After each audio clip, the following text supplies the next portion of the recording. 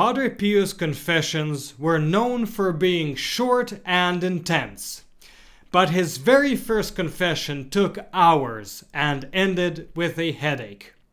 Listen to how it all began.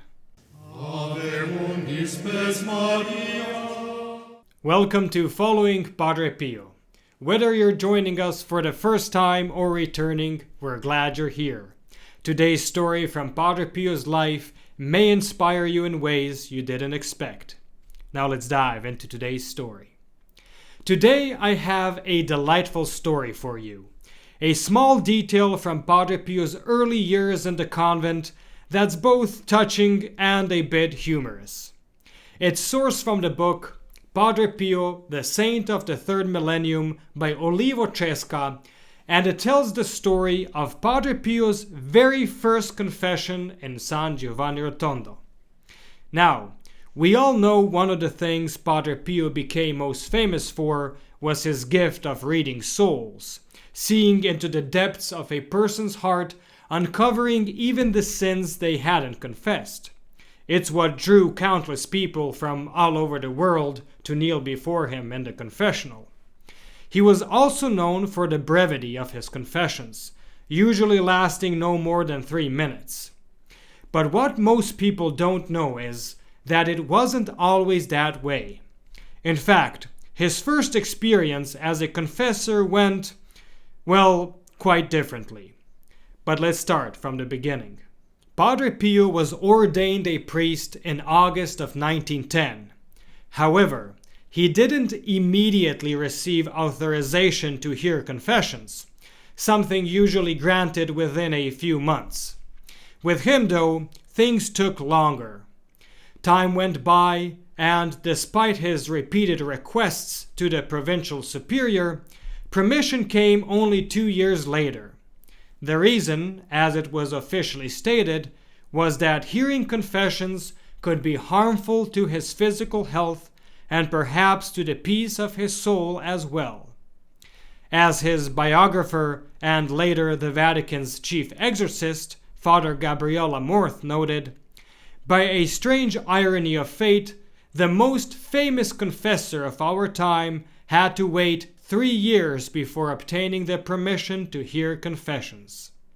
Now, of course, this makes more sense when we remember that Padre Pio was suffering from severe and mysterious health problems, which caused many delays in his early ministry. But when he was finally transferred to San Giovanni Rotondo and allowed to hear confessions, he could hardly wait to begin. His superior, Father Paulino, soon asked him to assist in the confessional, and Padre Pio joyfully accepted. His first penitent was an elderly woman with a voice so faint it was hard to understand her. For every sin she confessed, Padre Pio launched into a long digression, speaking about the origin of evil, the nature of temptation, and the moral principles of the Church. By the time he finished, the poor woman had spent the entire morning on her knees. When she finally rose, her mind was spinning and her legs could barely carry her. At lunchtime, the superior asked Padre Pio, "So, how did the confessions go?" "I have a terrible headache," he replied. "But how many did you confess?" "Only one." "Only one?" Father Paulino exclaimed in surprise. "She must have had a mountain of sins to keep you there all morning." "Not at all. They weren't really sins, just small faults." Father Paulino smiled. Perhaps he already saw in this young friar the future apostle of the confessional. Gently, he offered a few pieces of advice, lessons that would later prove invaluable when, as the book says, a multitude of souls, thirsty for Christ, would one day descend upon him, making him pull at his own hair. From that day on, Padre Pio began to change his approach. Out of both necessity and experience, he became a confessor of few words, quick in his questions, clear in his advice, and generous in his admonitions. And with that, our story concludes.